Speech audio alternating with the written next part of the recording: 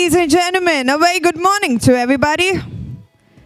Well, the weather of Goa is really bright and shiny and sunny, and also is everyone's smile who's been seated right here. Thank you so much for joining us today. We are presenting to you Google Cloud presents the 10th edition of the Digital Transformation Conclave powered by Freshworks. Please give each one of you all a round of applause for making it today with a bright smile. Well, let me introduce to you the partners for today. Presenting partners, Google Cloud, powered by the partner Freshworks, Cloud Technology partner AWS, IoT partner PruTech, Cyber Security partner Checkpoint Civics, GSI partner ESRI India, Unified Communication partner Creston and Godrej Interior, ERP solution partner Tally, associate partners EDB and IRQ, knowledge partner Deloitte, and an initiative taken by GovConnect. On behalf of the entire team, we would like to welcome each and everyone gathered here. I hope Goa has been sunny, bright, and shiny on all of you all. But today we have loads to do, loads to discuss, because you all are being a part of a transformation. So let me ask you this question, ladies and gentlemen. Are you all set for today? If you all are set, let's take forward with today's brand and bright side. We would like to call upon our very own Fahim 𝕗𝖆, if we can have you joining us right here on stage, the Director Alliance of GovConnect. Please put your hands together for him. NSN Murty, the partner for government and public service, consulting leader of Deloitte India, joining us on stage as well. Santosh Salimath, the principal architect, public sector for Google Cloud, joining us right on stage. Ladies and gentlemen, please put your hands together for him as well. Revati Kumar, the Chief Executive Officer and Executive Director of Goa Electronic Limited. And last but not least, the guest of honor who will be addressing us for today, we have Shri Tusharkanti Behera, the Honorable Minister of Electronics and IT, the Sports and Youth Service and Home Government of Odisha. Thank you so much, delegates, for joining us. Well, ladies and gentlemen, there's a lot of panel discussion that's been coming in, but for today we'll be opening up with the leveraging emerging technology for delivering efficient, effective, citizen-centric public service. And with our very own welcoming, we would like to call upon our very own Fahim 𝕗𝖆, the Director Alliance of GovConnect, to join us right here.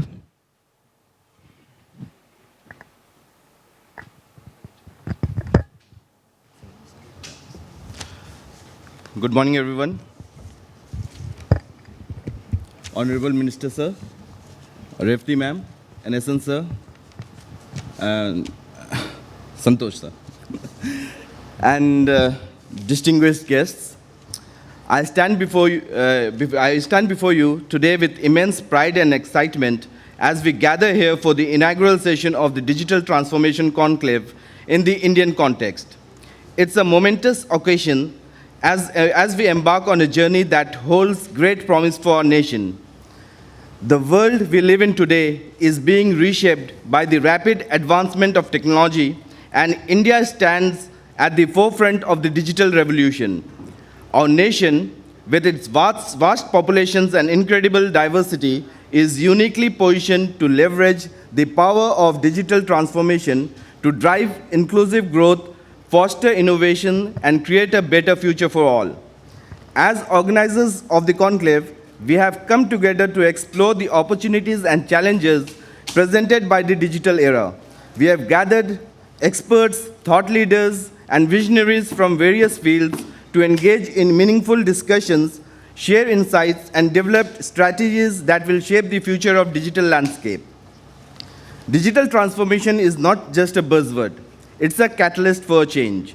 It touches every aspect of our lives, from governance and education to healthcare and commerce. It has the potential to empower our citizens, bridge the digital divide, and enable the delivery of essential services to even the most remote corners of the country. However, the path of digital transformation is not without hurdles. We must address issues of digital literacy, data privacy, cybersecurity, and equitable access to technology. It's our responsibility as organizers, policymakers, and stakeholders to ensure that the benefits of this transformation are shared by all the sectors of society, leaving no one behind. This conclave will serve as a platform for collaboration where ideas will be exchanged, partnerships will be forged, and solutions will be devised. We will explore the latest trends, emerging technologies, and best practices from across the globe, adapting them to suit the unique needs and challenges of our Indian context. Together, we can build a digital ecosystem that fosters innovation, nurtures startups, and attracts investments. We can create an environment where ideas thrive, where entrepreneurs flourish, and where our youth can unleash their full potential. Let us seize this moment and embrace the digital future with open arms. Let us work together to harness the power of technology to drive sustainable development, enhance governance, and improve the lives of our citizens. Let us be at the forefront of innovations, shaping the destiny of a nation and leaving a lasting legacy for future generations. I would like to express my gratitude to all the speakers, delegates, and participants who have joined us today. Your presence and contribution will make this conclave a resounding success. So thank you very much for coming here, for being part of this conclave. Let the digital transformation conclave begin. Well, ladies and gentlemen, that was Fahim ji. As he has said, let this revolution begin from here.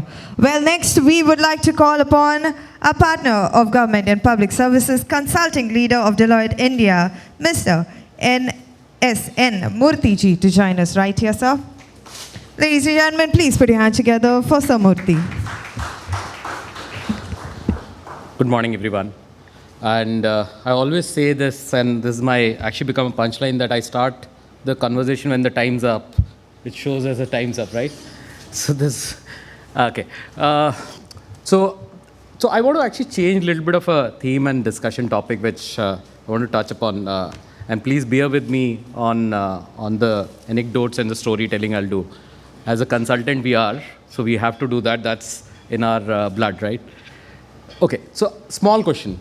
If somebody says, I'm going to actually send you 1 kg gold through post office speed mail, how many of you will believe it will reach your doorsteps?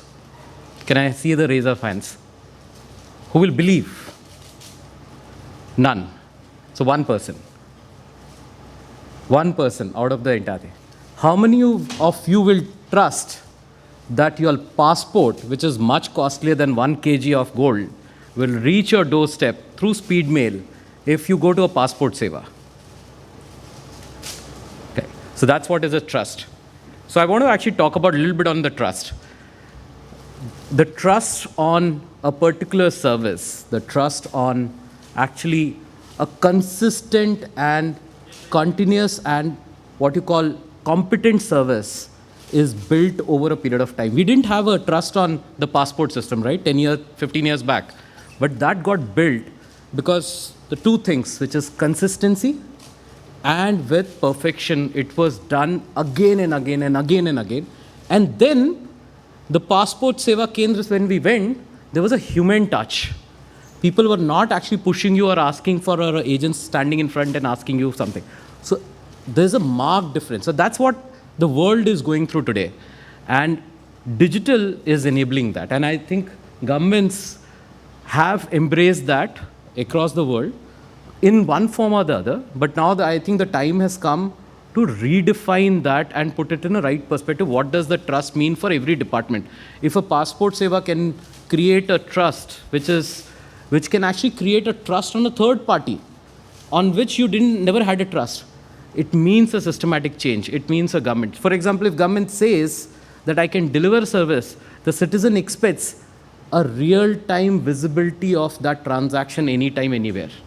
The citizen expects that the transaction which is through the gateway of any payment gateway goes through, and if it is not going through, it will come back to the bank account or a credit card. And finally, if I have a grievance, I'm able to convey that message. So digital again plays a big role in all these three areas. And now I'm going to connect my next theme. So trust is a very important, and please, I'm not going to go into detail because this is not my session. Probably one of the sessions I'll talk about trust in detail. Trust in a fashion has, in a way, has become a area of importance for all firms and all governments. The second part is in connecting to that. When we say a grievance, today we actually would not like to go on to a phone call and start waiting for a grievance to be addressed. We do not want someone to actually not respond to our emails, not respond to, because we'll go to Twitter, we'll hashtag or we'll mark that company or a government will say that somebody has not done it.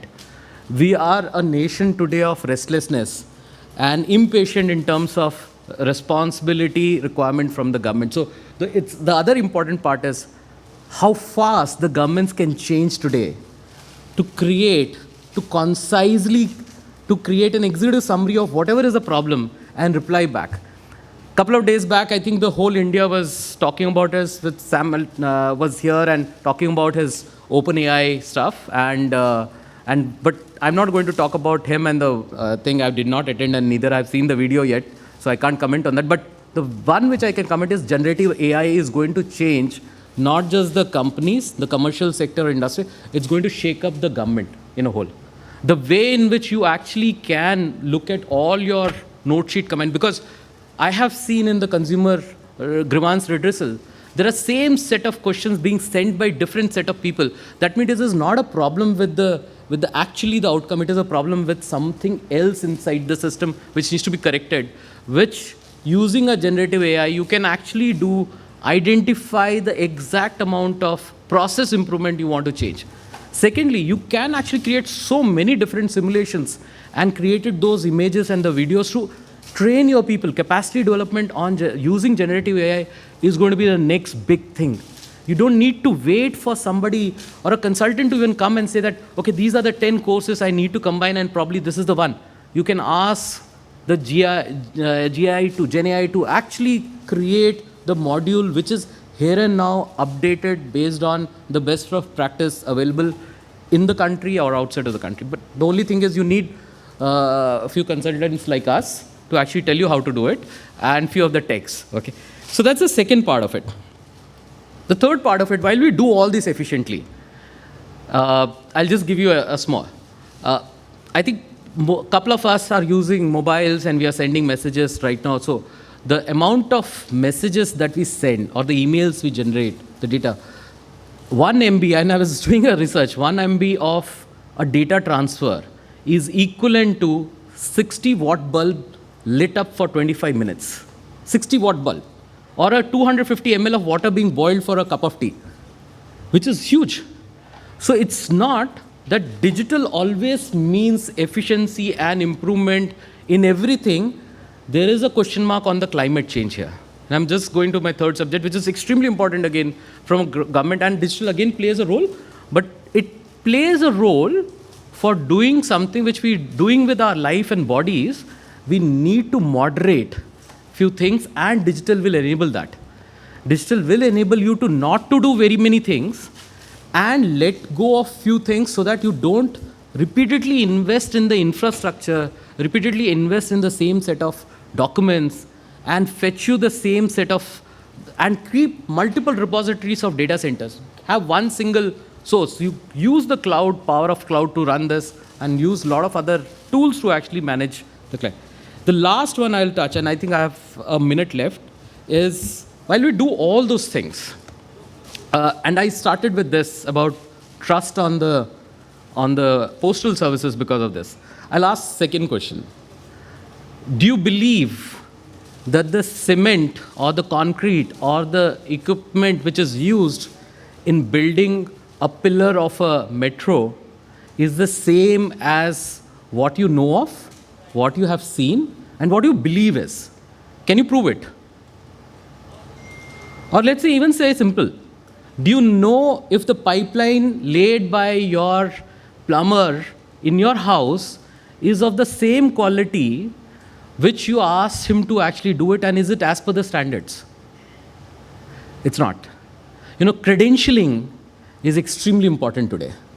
Credentialing is becoming the norm of the day. You actually will start having a trust if you have a database to start credentialing it. That's where I think the power of the digital public infrastructure, things like the Sunbird EC or the Sunbird EDRCs, which come into the play. The protocols, which are standardized protocols, and I think my friend, I can't see Sujit in the crowd here, so I think Sujit will be somewhere here. The protocols needs to be standardized.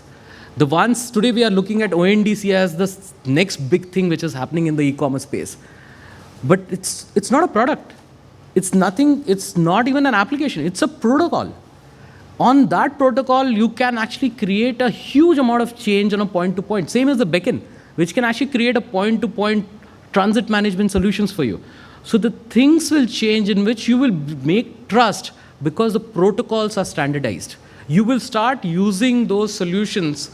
Government, as mandated, will start only using those protocols which are standardized across, not something which is one-off for one project and second-off for second project. And thereby, I cannot actually trust and check between the two solutions, whether it is good or not. And finally, my last thing is where our Prime Minister also keeps on saying about this, that the time has come from India, from a software development or a software exports company organization to a platform exports. We are actually a digital public goods and infrastructure nation. We are very proud on that. And I think whatever RFPs, whatever projects, that my humble request to all the government officials is, please start making it available in the open public. I'm not saying open source, but at least keep that available, shareable across the government department, bring down the cost of development and delivery across multiple departments across the country. I know it's a federal and state structure which is complicated, but still there is possibilities which are umpteen. Workflows are common, the engines are common, you can actually cross-leverage. Thank you so much, Fahim, for calling me for this, and thank you so much for giving me time. Thank you.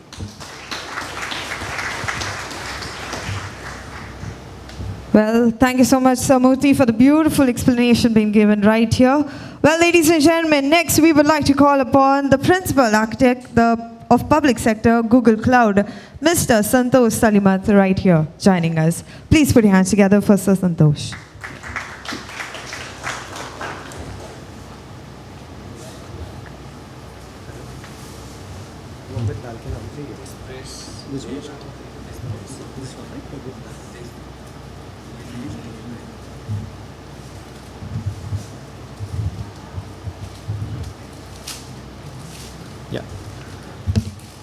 Very good morning to all of you. I'd like to take this opportunity to thank the organizers and the supporting team for providing this platform and also for having us here. Thanks a lot.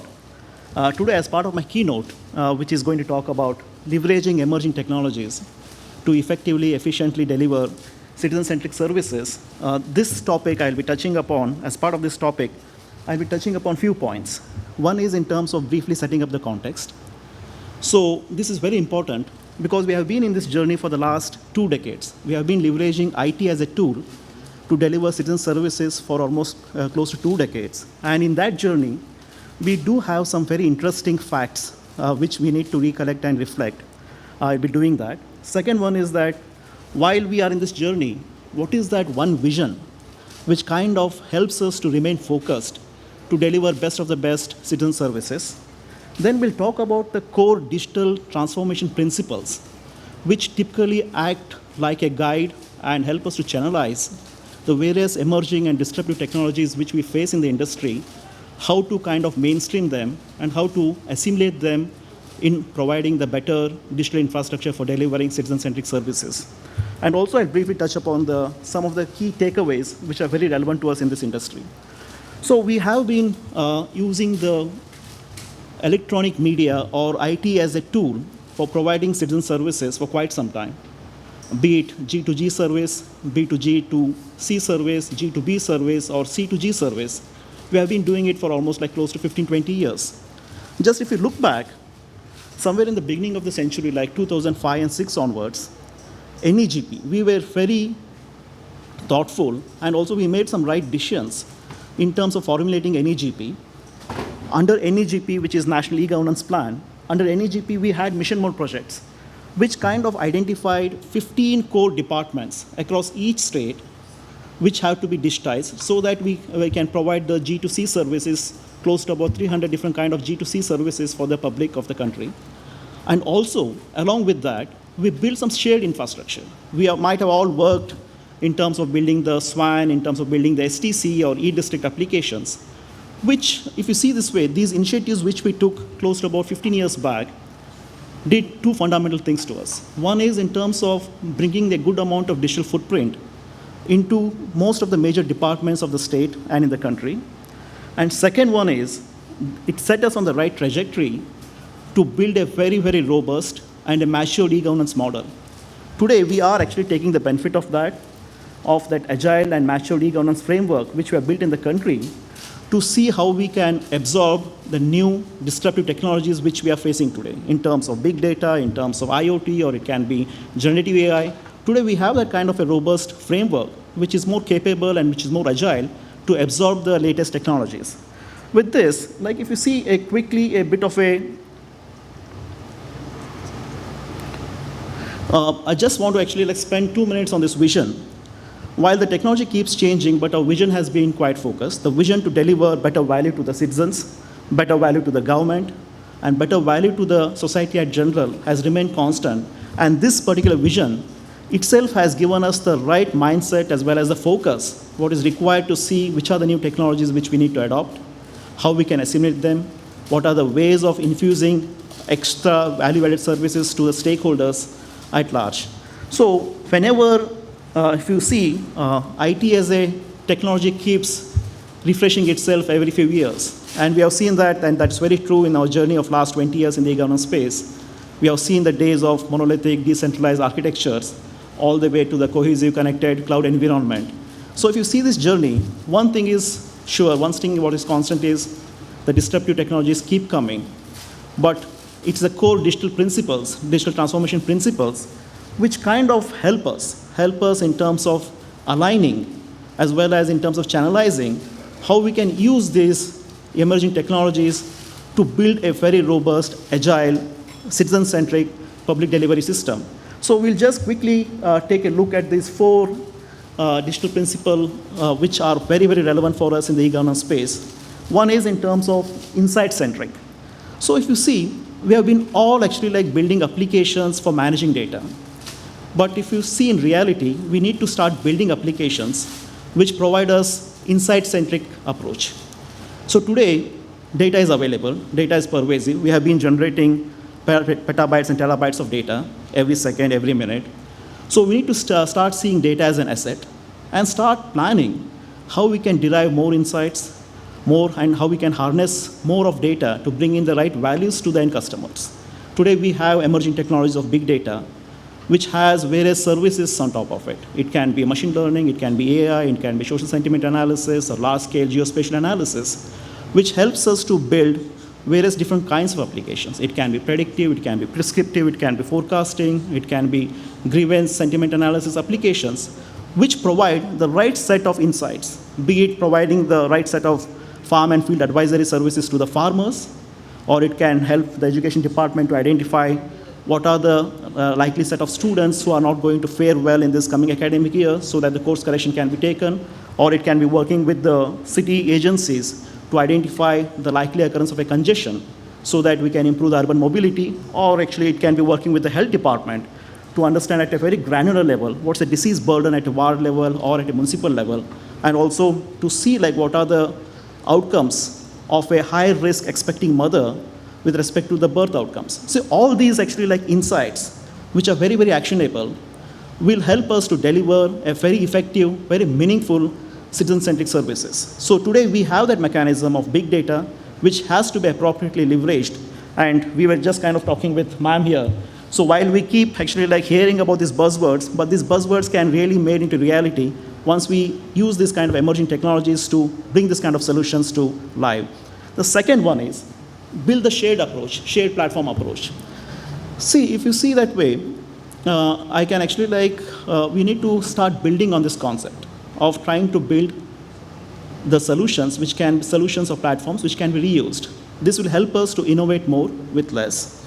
And also, what we have been noticing here, especially in the e-governance space, we have been seeing this traction going on in the last few years. The applications and the platforms like State Resident Data Hub, Population Health Registry, Unified Farmer DB, or Land Hub, which some of the states have been experimenting and building, all of them provide not just the application for collecting data.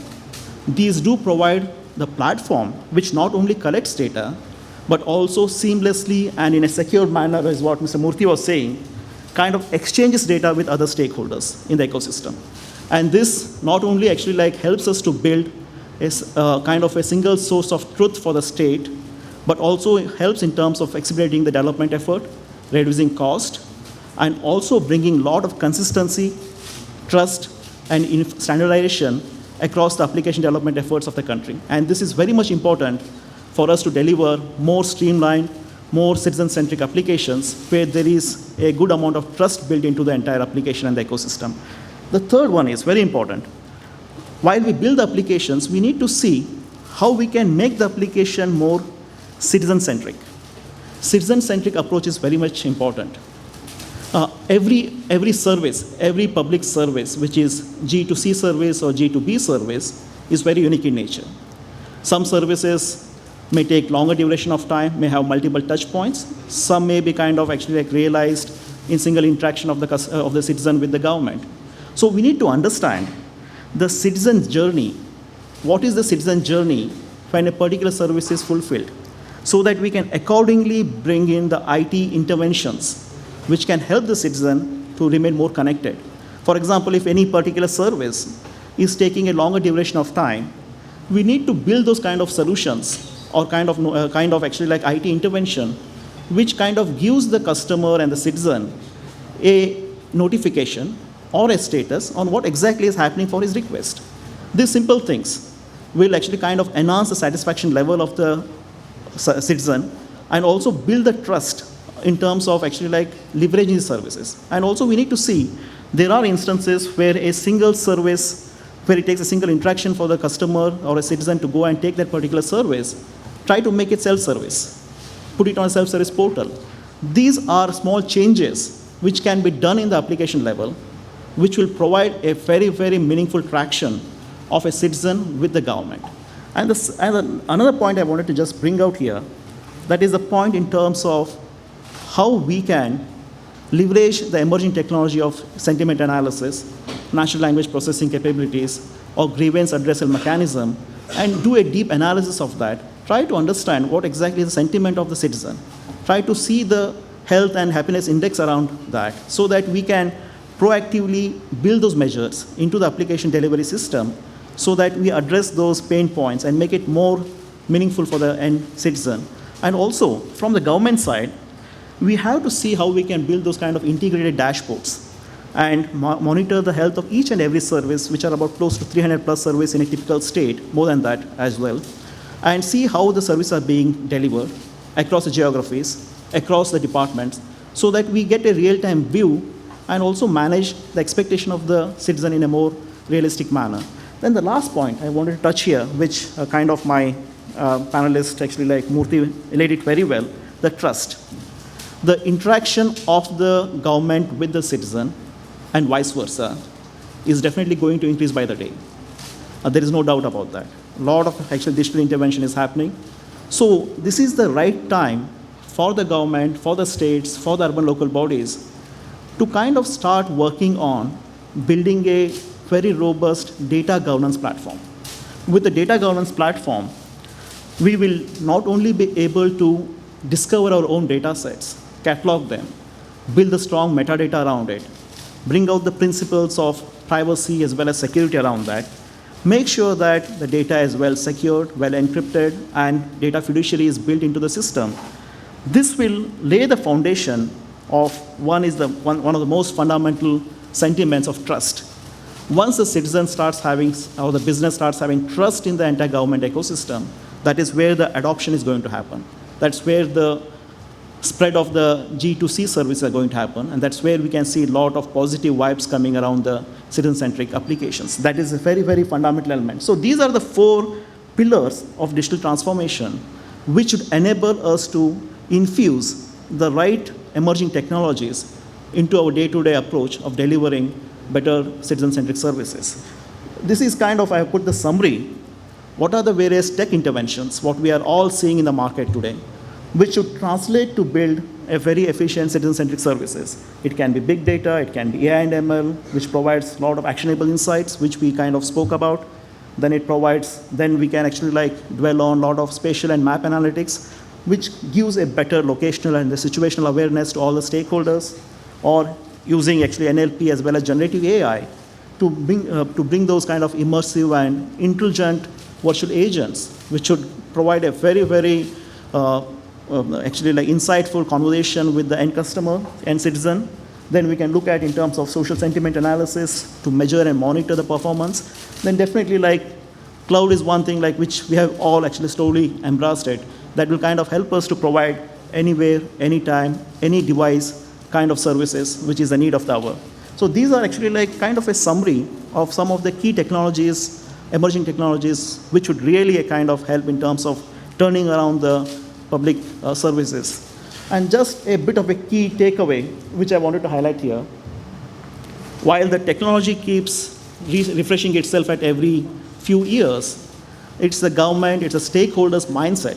The government has to be more agile. We need to be more flexible in terms of building those application frameworks as well as digital frameworks, which would help us to minimize the adoption curve, which would help us to kind of align to the new technologies and new disruptive technologies which are coming, and enable us to build a modern infrastructure, which will help us to enhance and better the public delivery system. So with this, I'll just quickly end my talk, and I'd like to thank you all for giving us this time, and it is actually great to be here. Yeah, thanks. Thank you so much, Sir Santosh, for the beautiful approach and application that you've explained right here. But now, ladies and gentlemen, it's time to invite the only lady in the panelist right there. We would like to call upon the CEO officer right there, the Executive Director of Goa Electronics Limited, Ms. Revati Kumar, to join us right here. Please put your hands together for Revati Kumar.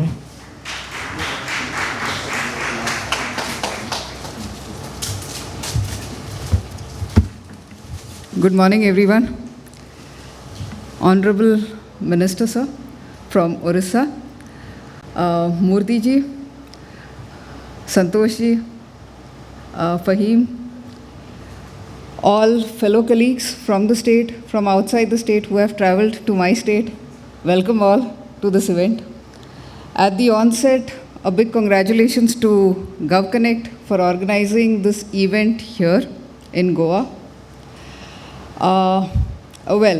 So coming down to IT transformations, I think as a country, all states have already reached a juncture where the basic issues, I mean, all the projects which were taken under the Digital India initiative, the MMPs that were taken up, all of them have somehow seen a good level of achievement across all states in some form or the other. We have, even in Goa, we have our SDC in place, we have our network in place, we have the state delivery, SSDG, the state delivery platform, which gives around 300 odd services. And for a population of 15 lakhs, we have already delivered around 23 lakh services on this platform. So I think all of these parameters, almost all states have come across. So what I will share here are a few of the very unique initiatives taken by the government. And just now when we were discussing, sir, even there are a couple of unique certain initiatives taken by Odisha government also. Similar grounds we have taken in Goa also. One of the key areas, I'm sure all of the states have been working on this, is promoting the startups in the state, promoting their ecosystem. So yes, every state has its own policies in place. We do. They have the schemes in place, the subsidies, and all of these kind of things to put the ecosystem, in place. Goa also has done it. We also have our policy, we also have our schemes, we have our incubation centers to help these startups. But now we went one step ahead here. What we have done is, we saw that sustainability and financial sustainability of these startups and the MSMEs which come in this domain becomes a major issue. So what we did is, we have called in for empanelment of all of these startups in the state, and as per a policy, we are going to outlay amount of work that the government takes up in IT only through the startups and the MSMEs in the state. The one RFP which has come out now is for the website developments in the state. What it means is, we all have gone through this across all our states. We have 200 odd departments, colleges, institutes, all of it put together, and all of them have their own websites. Standardization becomes a major concern here. So what we've tried to do is, with the participation of all of these startups, by empaneling them, by guiding them on how to meet these standards, whether it is 𝕮𝖓𝖈𝖆𝖙 compliance, whether it is OWASP compliance, security compliances, how to meet them, is something that the state PSU, IT PSU will assist them. But the whole job is bifurcated and distributed among all of these startups who get empaneled with the state. So it's a major chunk of work which will go on for the next 3 years. This is the beginning, and we have around 4 or 5 major projects coming up which we want to have in a participative manner with the startups and the MSMEs in the IT sector to assist. This is one of the key. Another important initiative, I think when we talk about Goa, many a times I say this, that we have a kind of a conflict in convincing people that yes, we work in Goa also. So creating a brand, because Goa as a brand of tourism is well known across the world. We do not have the leverage of big space availability. Land is scarce because we are a very small state with 15 lakh population. But so we do not have the space required to put up, say, 1,000 development center for 1,000 people of Google and Apples to come up. But what we have is an environment which feeds creativity extensively. You'll see a small clip from the Minister IT, and as he puts it in the state, he says, we have always been saying we are a state of sun, sand, and the sea. And now we want to add software to that sun, sand, and sea.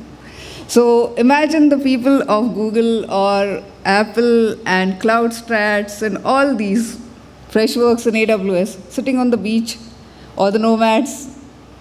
It's a fuel for your creativity, guys. So we want to create an environment where the IT nomads get a platform for the creative minds to come and develop and to transform these ideas. So we are trying to create the centers of working at the beachside and promote this as the creative hub of the country and the world. So this is another initiative. Of course, AI is going around a lot, and technology, I mean, as I was just now speaking to Santosh ji, we love the buzzword AI and chain and blockchain. These are making the rounds everywhere in the government sector. So we were also not left behind. Being a tourism state, we have a very excellent initiative taken up, where the complete data of the influx of tourists that come.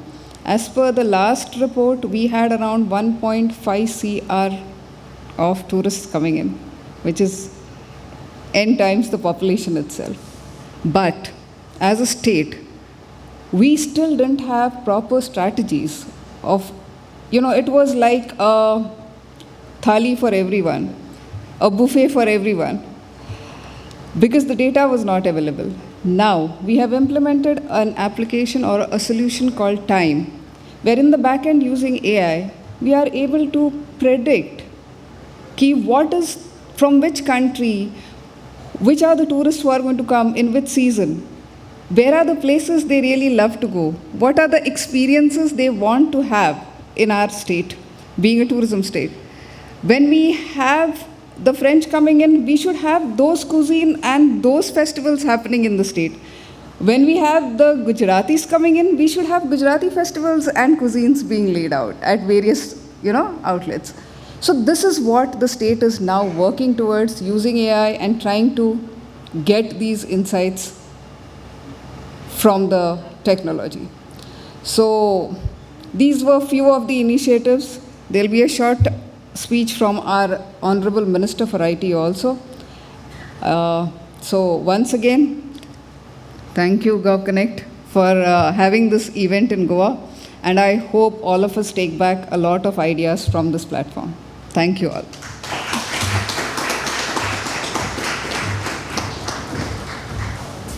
Well, thank you so much, Revati ma'am, for the beautiful creation. As well said, Goa is the land of sun, seas, and creativity by the beach. Thank you so much.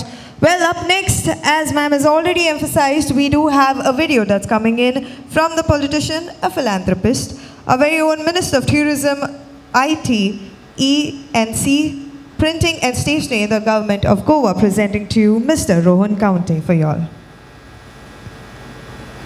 A very good morning to the Honorable Minister for Electronics and IT, Government of Odisha, Shri Tusharkanti, Behera ji, and officials and leaders from the private sector, friends and colleagues and press. At the onset, I would like to congratulate the entire team of GovConnect for organizing this digital transformation conclave in Goa. We have an ambitious plan to make Goa the creative capital of the IT industry and a preferred destination in the niche segment of emerging technologies and developing a globally competitive IT environment that drives the state's economic growth. An important area of focus is also to build robust IT infrastructure in terms of cloud and network grids to support the seamless delivery of government services. By devising a framework of policies and schemes, we are giving the required boost to the startup community in the state, who will be made a part of the growth journey of the government. There is a lot to learn from other states, including Odisha and other state governments and friends from the private sector. And I wish GovConnect all the best and hope all participants take home a great knowledge base from this interaction. Thank you. Well, ladies and gentlemen, that was the Minister of Tourism of the government of Goa right there. Well, ladies and gentlemen, moving on next, we have our last, we save always the best for the last, as we say. We have a guest of honor with simple mind and a broad smile right there. Mr. Shri Tusharkanti Behera for the Honorable Minister of Electronics and IT, the Sports and Youth, the Service and Home from the government of Odisha. Please put your hands together for him.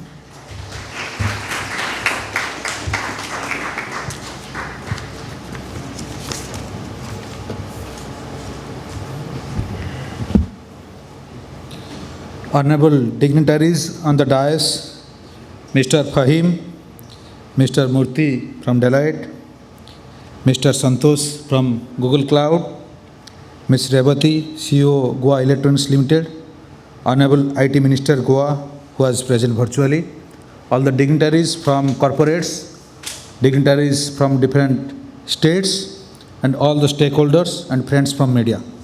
A very good morning, one and all. It gives me immense pleasure to give this address to such an esteemed gathering at the 10th Digital Transformation Conclave here in Goa. It's very heartening to experience the buzz and the energy in this room. Today, digital transformation has become a priority for every government, including ours. We are determined to ensure that Odisha plays a very prominent role in the next phase of India's IT revolution. Under the leadership of our Honorable CM, Shri Naveen Patnaik, Odisha has transformed considerably in the last 2.5 decades, and promotion of technology and its adoption in governance have been at the forefront of heralding this transformation. Technology is also one of the pillars of the government's 5T agenda, along with teamwork, transparency, and doing it in timely manner. It will lead to transformation. Government of Odisha is taking proactive measures to ensure continuous evolution of the state's electronics and IT ecosystem. The government has notified new policies like electronics policy, IT policy, BPO policy, and data center policy, which offer the best-in-class incentives. A new industrial policy has also been notified under which IT has been classified as a priority sector and ESGM as a thrust sector. The government's investment promotion efforts are also yielding substantial results throughout the years. Last year, Odisha hosted its flagship investment summit, the Make in Odisha Conclave 2022, which attracted investors throughout from the globe, across the globe, and also have been organized in major industrially advanced nations such as Japan. In less than 6 months post the state summit, the Make in Odisha Conclave, a range of companies have already started their operations from the state, and many others will be starting soon. I would name those companies which have recently started operations, which include Deloitte, IBM, Happiest Minds, Centric, PwC, among others. The number of IT jobs in the state has witnessed almost a fourfold increase in the last 10 years, rising from approximately 10,000 in 2012 to over 40,000 right now. In collaboration with companies like Intel, the state has also launched a flagship program such as Odisha for AI and AI for Youth, which will impart Odisha's citizens, government officials, and school kids critical skills in artificial intelligence and other emerging technology areas. As a state, Odisha enjoys multiple advantages which make it an ideal investment destination. First and most importantly, it is a politically stable state which ensures policy certainty for all investors and companies. It is also a power surplus state and boasts of excellent rail, road connectivity, aerial and port connectivity. The state provides lease rental space in government notified IT towers at just rupees 20 per square feet, which makes it very affordable and attractive to investors. The state has more than 750 acres of ready quality infrastructure and more than 2 million square feet of additional built-up area with plug-and-play infrastructure is also under construction. The state also has an electronics manufacturing cluster park with an exclusive training center and a common facility center. The state also enjoys geographical proximity to various technologically advanced Southeast nations and has direct flight connectivity to Dubai and Singapore. Odisha is also a state known for its sporting culture, and this presents immense opportunity to companies which operate at the intersection of sports and IT. The state recently hosted the Hockey World Cup and boasts of two of the grandest hockey stadiums in the world. Companies operating in the domain of sports technology and analytics will find a ready market in Odisha and the most conducive condition to operate from there. We greatly believe in the transformative power of technology and digitalization. The state's electronics and IT department has been at the forefront of augmenting the government's vision of technological integration into governance. The department extensively supports the efforts and initiative of all government departments to leverage and adopt technology for betterment. OSWAS, which is a state-based platform that depends upon Odisha state-wide area network, which caters to all officials starting from the secretariat to district level offices, which boasts transparency and efficiency in the system.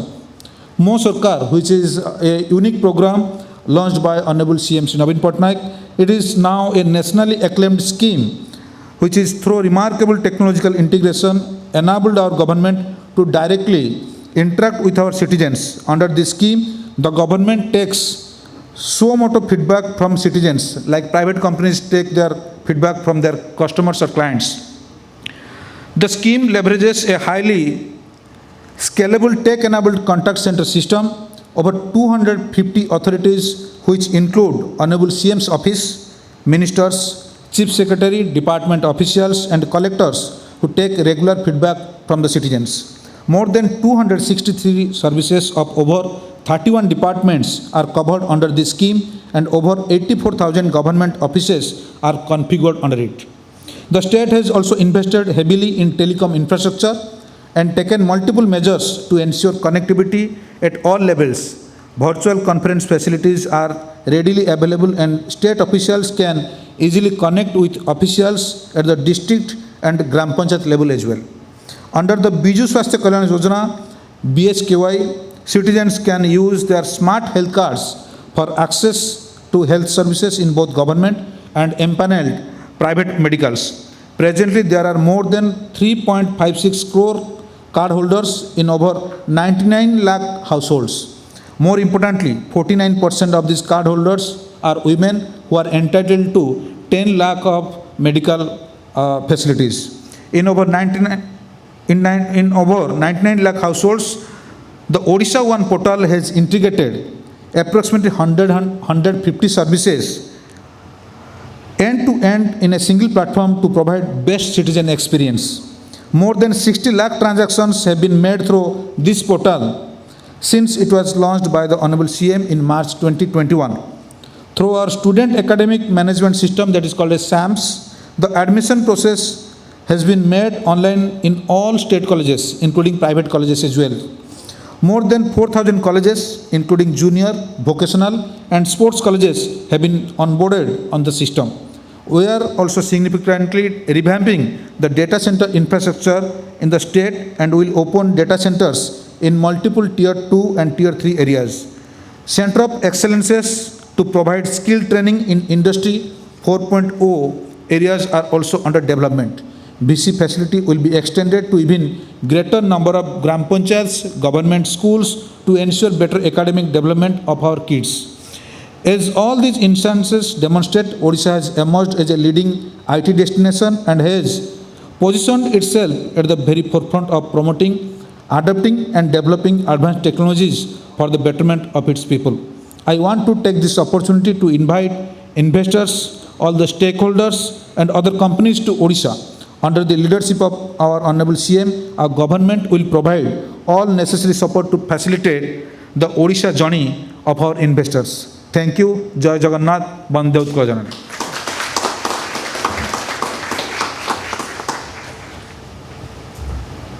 Thank you so much to the Honorable Minister of Electronics and IT from the Government of Odisha. Thank you so much, Sir Behera ji. Well, ladies and gentlemen, this was towards the end of the first half of what we have for today. But before that, we would really like to call upon our very own representative from the GovConnect, Mr. Raman Kumar Mishra, to join us on stage. Well, he's a handsome hunk from GovConnect. So the delegates on stage, we would like to give you personalized, beautiful mementos coming from our side, honoring your presence right here. First, to the chief, the guest of honor right here, the Honorable Minister for IT and Electronics, Shri Tusharkanti Behera ji. Please put your hands together for him.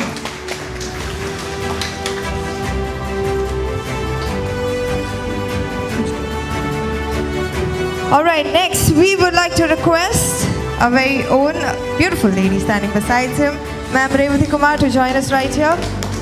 Presenting to you the memento to the CEO and Executive Director of Goa Electronics Limited. Up next, giving up to the Principal Architect, the Public Sector of Google Cloud, Mr. Santosh Salimath ji.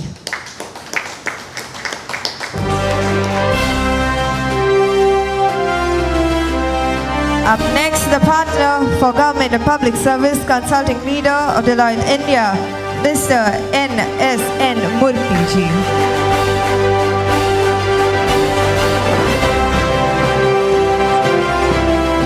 Well, thank you so much to all the delegates right here.